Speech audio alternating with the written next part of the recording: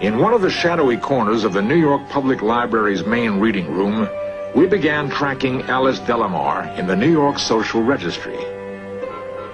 We learned that Alice had spent some time at this Madison Avenue apartment belonging to her father, and which was located next to the Henry Morgan residence. Later, she ensconced herself at this posh Park Avenue apartment house.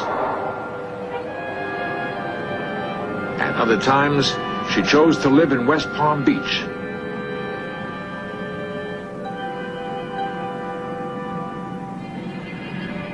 One of the last listings brought us to Weston, Connecticut. It had been a month's hard work. We found her estate, and then came the greatest disappointment of all. In her declining years, Alice Delamar decided to protect her privacy by retreating inside this plant-shrouded estate. She refused to be interviewed on camera, and we respected her wishes. She did, however, provide us with some intriguing information about her father, Captain Delamar.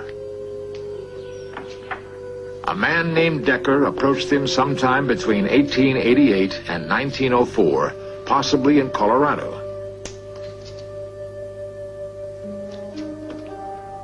He asked for a $500 loan. Delamar, it is reported, was a tough, canny businessman who had come to the New World and literally made a fortune in various financial dealings and mining interests. Delamar demanded collateral, and Decker offered stock certificate 390, which Delamar accepted.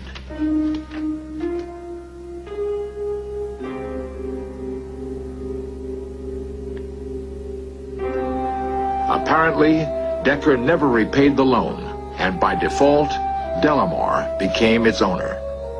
Through some financial connection of Delamar's, the certificate found its way to Wells Fargo Bank, where it lay undiscovered for nearly 80 years. There is one ironic twist to our story.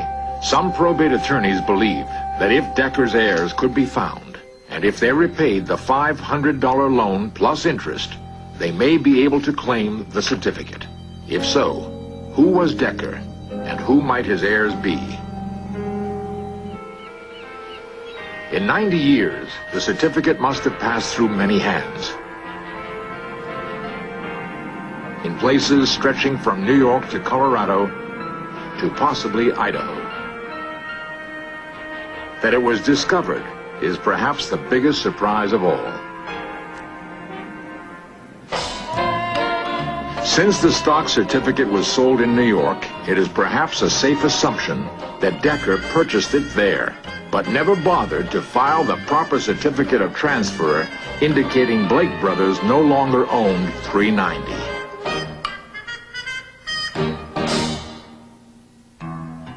Meanwhile, the opening up of the lands west of the Mississippi had begun a whole new age in American culture. It was a time in a young country's history when a man, any man, if he was smart and lucky enough, could make his fortune. Gold had been discovered in 1848. The migration west became a violent, surging river of men intent upon making their fortunes. Decker could have been like any one of these men. Perhaps young, green, but ready to take a chance on striking it big. Perhaps it was in Colorado or Delamar, Idaho itself, where Decker parlayed his Texas Pacific Land Trust Certificate 390 for a $500 loan that was to be his stake. Was it? We don't know. We are sure that in San Francisco lies $3.2 million unclaimed dollars.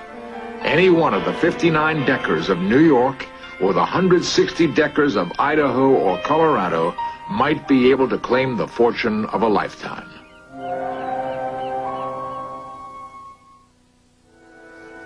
Should it be proven that Delamar is the legal owner of the certificate, there still remains some question as to who will receive the money. He had provided in his will that if Alice dies childless, her money, plus any other monies associated with his estate, be given to 3 medical schools for dietary research. Alice never married and never had any children. It is entirely possible that her money, plus that of Certificate 390, will eventually be used to benefit everyone.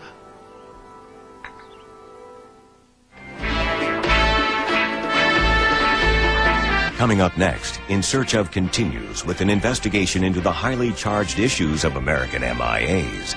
Then 20th Century with Mike Wallace chronicles the triumph of Apollo 11 and the tragedy of the Challenger.